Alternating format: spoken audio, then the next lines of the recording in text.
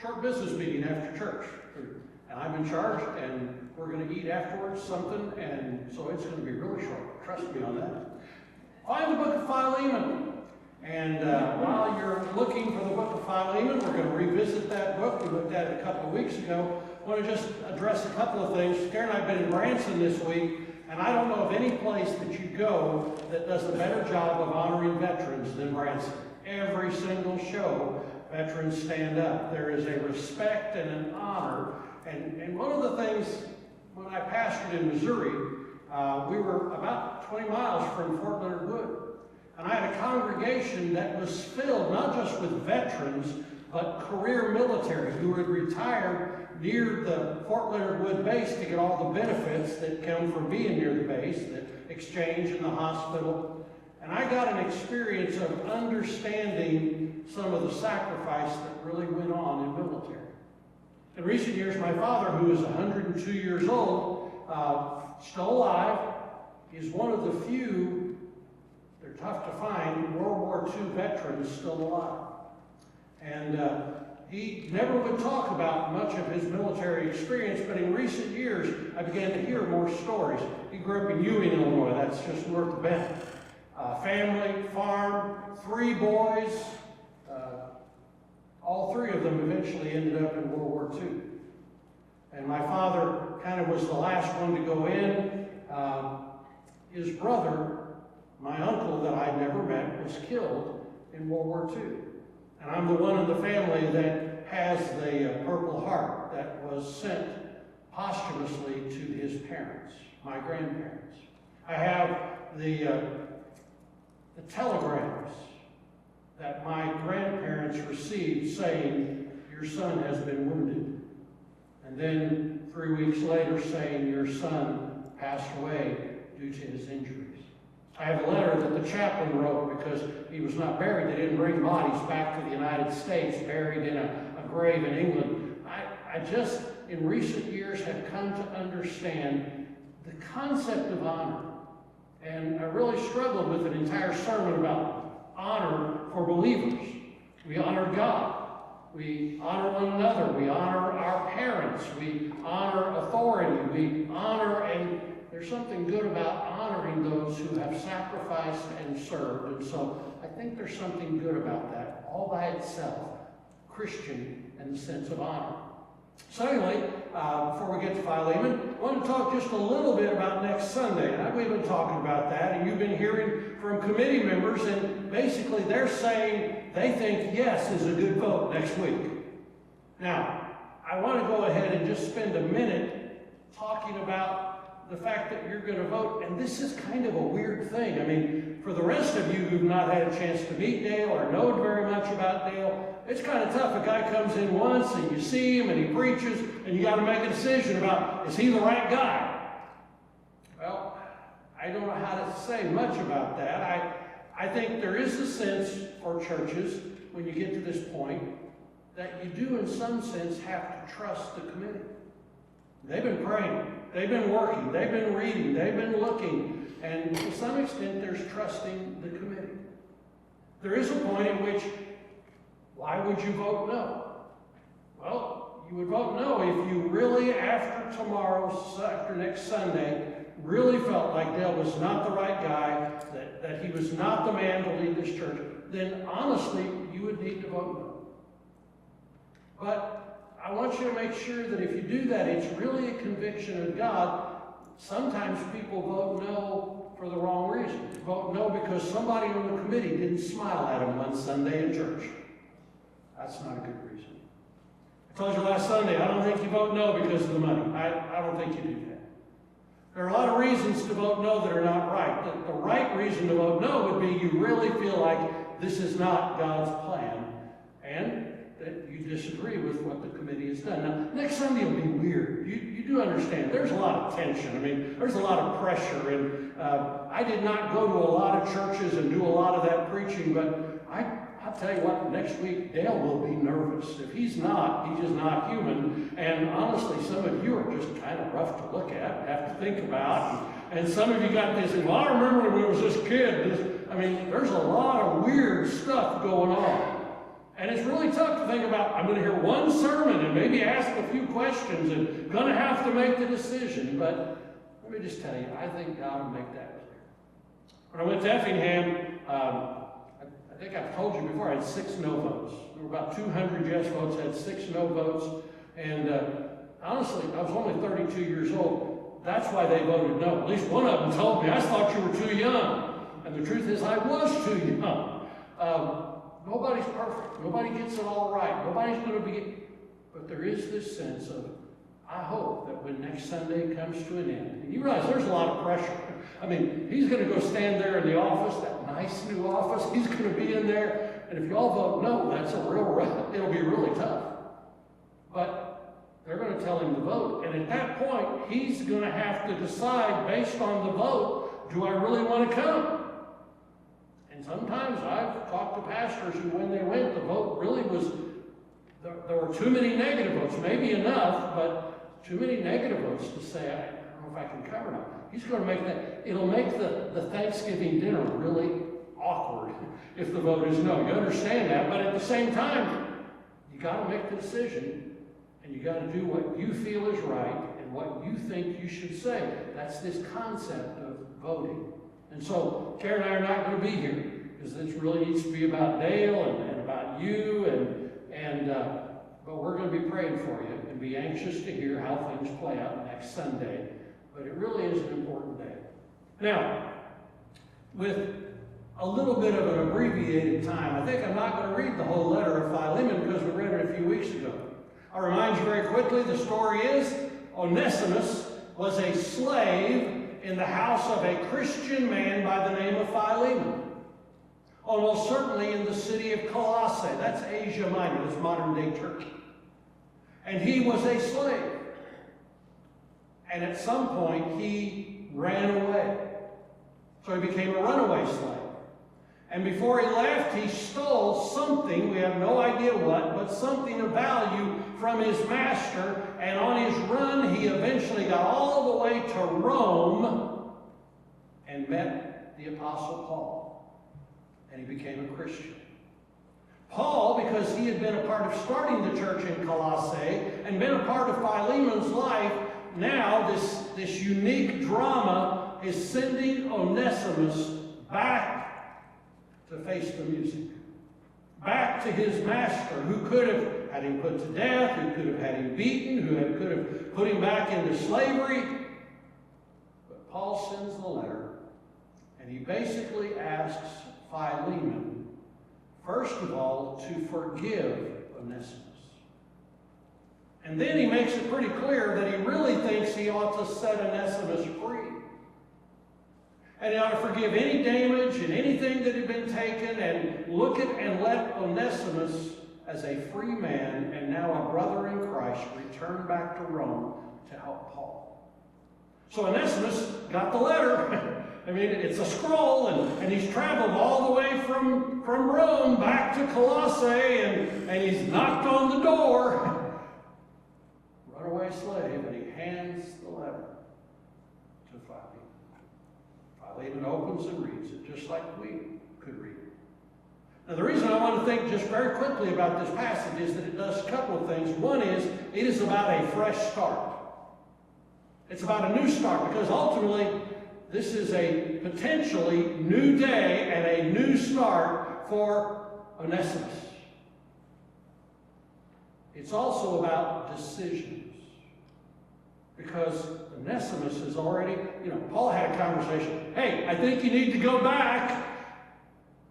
And he had to make the decision, and he decided to run the risk, take whatever the consequences, and go back. And then the other part is that Philemon is now looking at this and reading what Paul wrote, and he's getting ready to make a decision.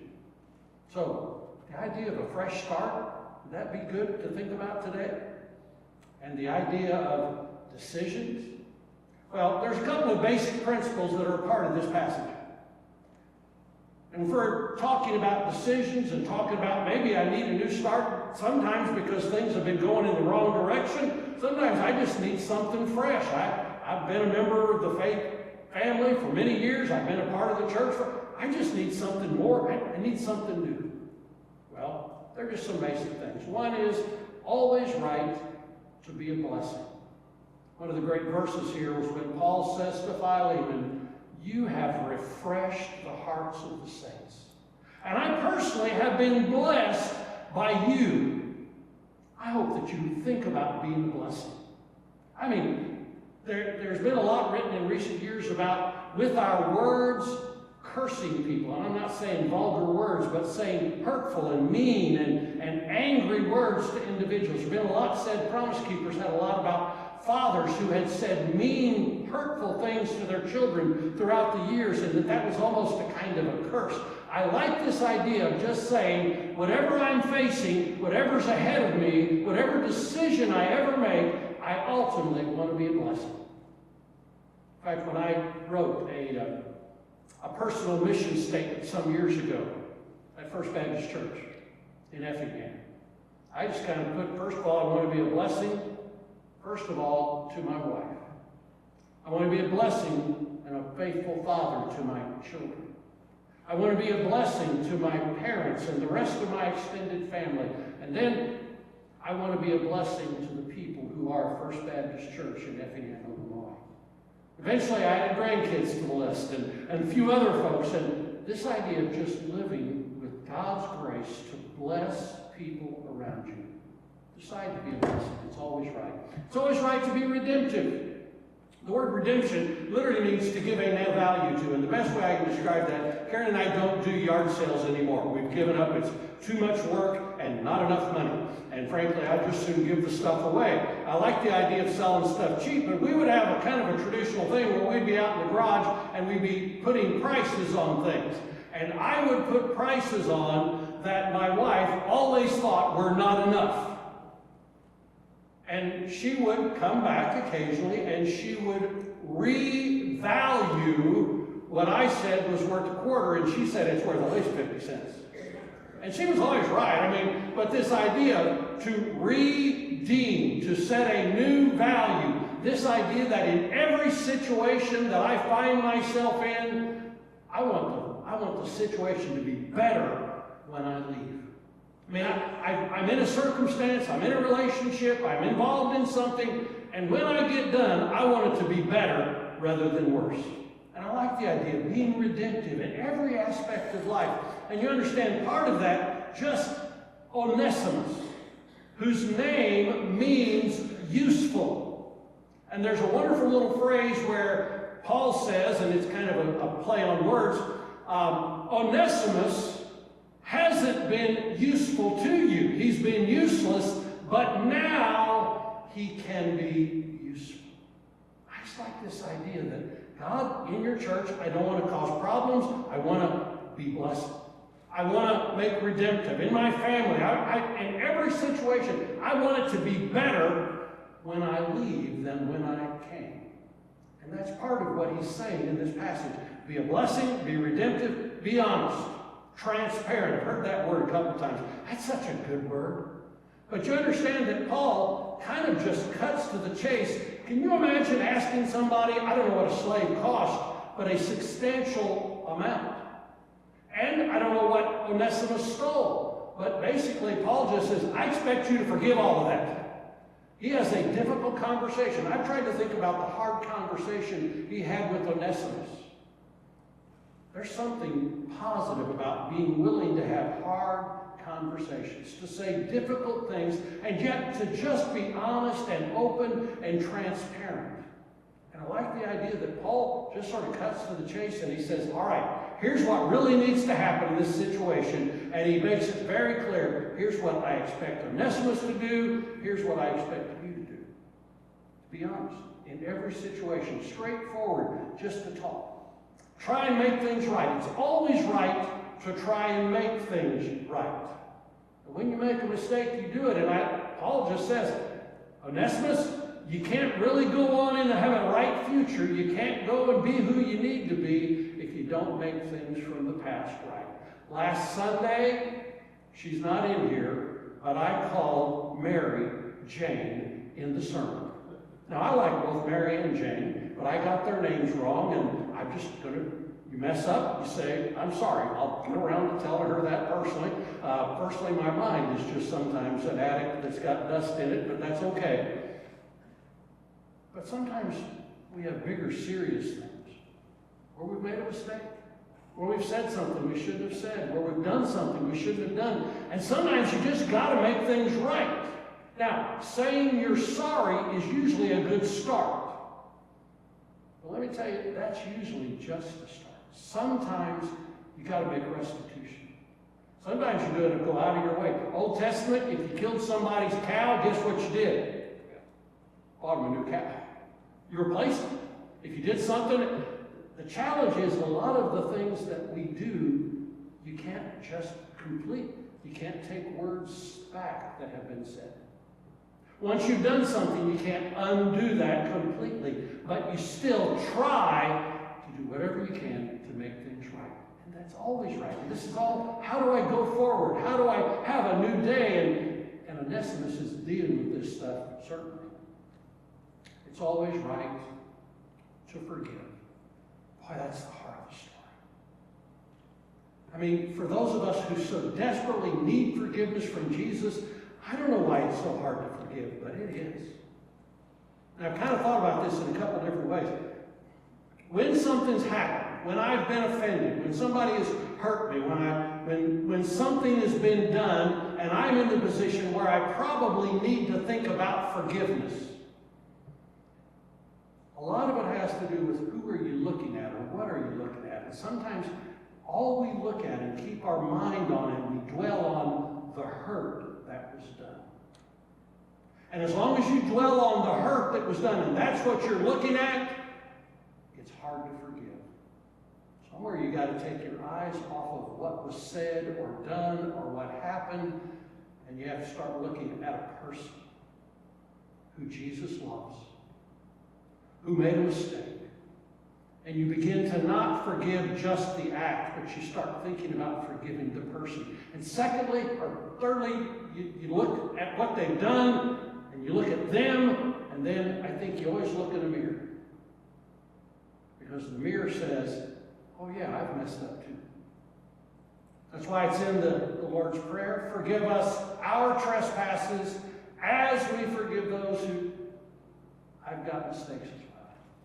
But when it comes down to forgiveness, at some point it's your vision going to Jesus.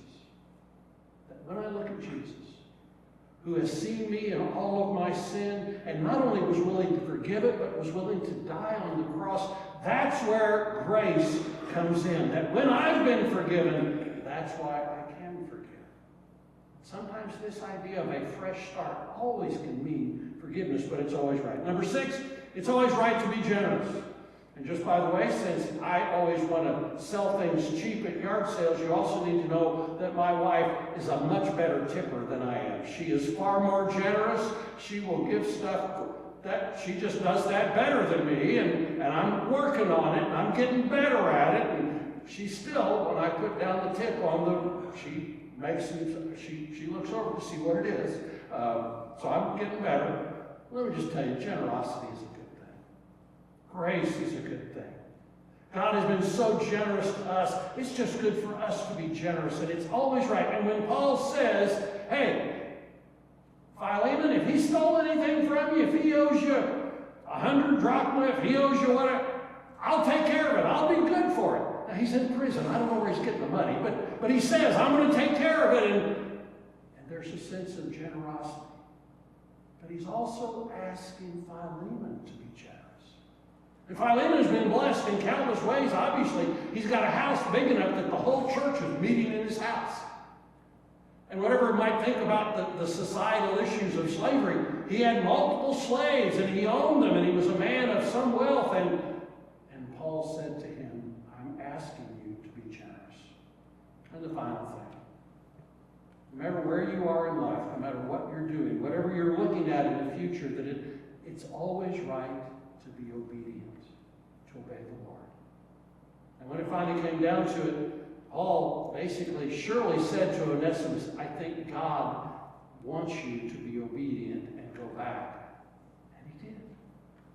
And then he makes it really clear. In fact, he kind of puts the thumbscrews on Philemon, he says, and being confident of your obedience. In fact, Paul says, I know you're going to be generous. I know you're going to forgive. I know that in this situation where there was something bad, that you're going to be a blessing, and you're going to bless Onesimus, and you're going to redeem this bad, lousy, terrible situation, and you're going to make something great come out of it. He says all of these things in the midst of that circumstance. And the truth is, we do really believe that Onesimus was forgiven and was set free and probably went back to help Paul, and eventually, we're pretty sure, became a bishop in the area of Asia Minor, leading other Christian churches, that he went from being a slave to being a servant, and God made something great happen. Well, I want to tell you, God's in the business of redemption. He's in the business of generosity. He's in the business of honesty and truth. He's in the business of blessing. He's in the business of all of these things. And consequently, he invites us to be in the same business. And I think he invites this church to be in the same business. And I want to tell you, I'm kind of excited for the things that I think God can do. And I think God's going to bless you, and I think God is ready to do something significant. But in some respects, there's a decision to be made, and honestly, the big decision is a little bit next Sunday. Let me tell you, the real decisions start December 7th, which I think is the Sunday that your new pastor would start if you call him. And then it's Sunday after Sunday, week after week, expecting God to redeem and to bless and to work and to pour out his blessing. And I think God has that expectation. Well, today we have an invitation, opportunity for decisions, responses, but today, let's trust and expect God to be at work because we make the right choices and the right decisions.